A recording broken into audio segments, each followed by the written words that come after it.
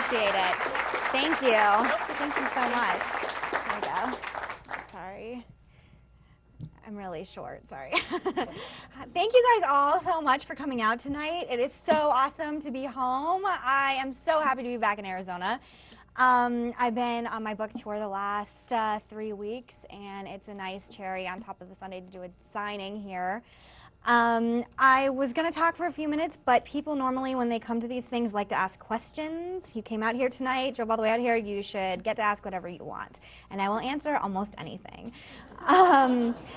Thank you for getting Dirty Sexy Politics. I can't believe the response I've gotten. After the election, I had this idea to write all these stories that I hadn't told, and to talk about my sort of, coming of age process on my father's campaign. And a lot of the stories are a little racy and a little over the top. And I did an interview on Fox, and they were like, "Did you really take Xanax the day before the election?" I was like, "I did." And he was like, "How could you?" And I was like, "I'm sorry." So it's interesting to have to answer to things like that. And what I love about this book and what I loved about writing it is I've really shown my scars to the world. I really opened up and I really went for it. I just thought if people want to hear this story, I might as well write something real and not something that is going to be toned down for a lot of people that run for political office. I hate autobiographies and memoirs like that because, I'm not running for office and I'm never going to run for office, and it's easier to be more candid when that's going on in your life. I just love the book. It was such a labor of love. I keep saying this. I cried when I wrote it, and right before it came out, and Ellen Archer, the president of Hyperion, is here, who is my publisher right back there, who was awesome and believed in me before a lot of people did. Thank you. When I was writing this, I was just, right before it came out, like 2 weeks, I freaked out. I was like, oh my God, I can't believe why did I write my diary entry, and now the whole world gets to go by it, and I freaked out. I was like, oh my gosh. And then my friend, one of my really good friends here said, you have to start, people in politics have to start being real, and at the very least, this book isn't a lie. So, and I can honestly say there's nothing in this book that's a lie, there's nothing in it that's a spin. And I hope everybody likes it. I don't know if anyone in here has read it or not, or you're going to read it, but thank you so much for coming out tonight. I'm honored to have such an amazing crowd. I recently moved home to Arizona this summer, and it's just so awesome to be back. So now we can start the questions if you guys would like. And like I said, please don't be shy. I will answer anything. Yes, sir. An article came out today about, it was Matt Salmon, the son, who came out talking about oh yes, in the Phoenix New Times? Yeah, exactly. I'm actually friends with him, and he's coming to my book party this evening. Yeah. I went to high school with him. Good guy. Mm-hmm. But anyone that doesn't know this story, Congressman Salmon's son came out of the closet and is doing a lot of work with Log Cabin Republicans, which is the gay advocacy Republican organization, and it's made a bit of news for obvious reasons. Okay. Anyway, continue. I was just thinking, the New Times cited a lot of other Arizona Republican politicians who have come out of the closet, and I know you are pro, or at least not anti-homosexual, and fight for, and want equality. Mm-hmm. But what do you think the effect will be in the coming years on the Republican Party? Well, Matt Salmon's around my age. He's 23. I'm almost 26. I think he's very brave. His boyfriend is Kent Flake, Congressman Flake's nephew, which is also very interesting. Yeah, I mean, it's a little hybrid of like Republican politician sons. But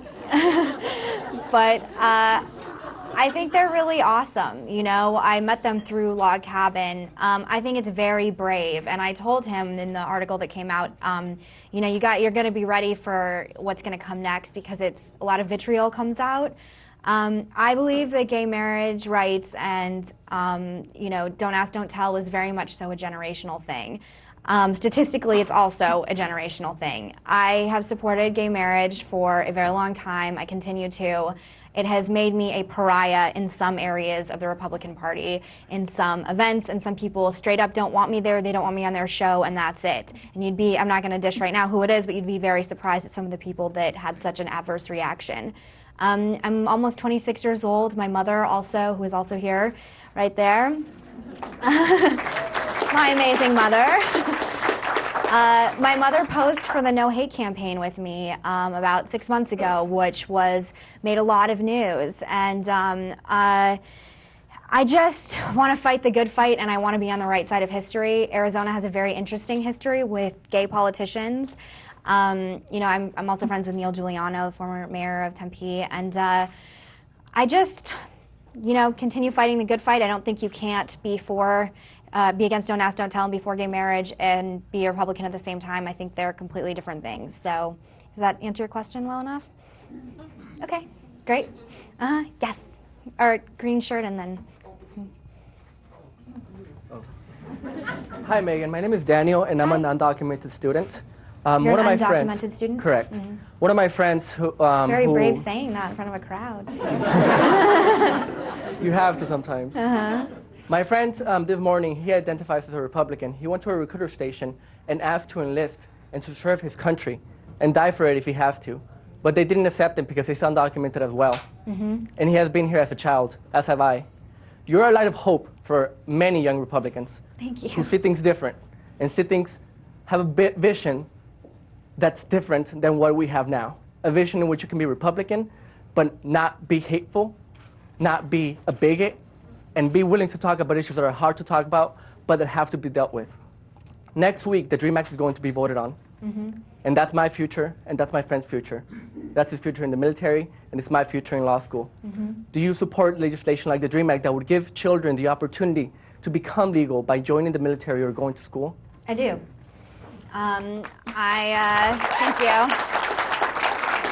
I think if you're, and it's the same reason why I support, I'm against Don't Ask, Don't Tell. I think if you're going to carry a gun and fight for my freedom every day, you should become a citizen, have the capacity to become a citizen. And honestly, I wrote an article about this a long time ago on the Daily Beast, and I said, I don't think there's such a thing as homophobia in foxholes.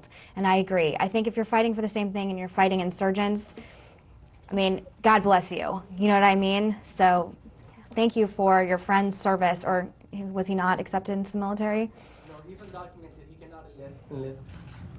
Well, that's very tragic. But thank you for fighting the good fight. And I know immigration issues are very complicated here in Arizona. I do think we have been misstereotyped in the rest of the country. I moved here from New York, and I was in a cab, and the guy asked me where he's from. I said, I'm from Arizona. And he went off. And I was like, okay, first of all, not Arizonans are like that. Second of all, this bill has completely been interpreted by the liberal media. We are not all bigots. Arizonans are not all bigots. It's a complicated issue. I'm sorry, but I lived in New York, and if what was going on, the violence is going on our border, were going on in New York border, all those people sitting back at MSNBC would have a completely different tune. So that's when I get exhausted with it. However, I thought the bill was poorly written and poorly executed, and like PR-wise, just a complete disaster.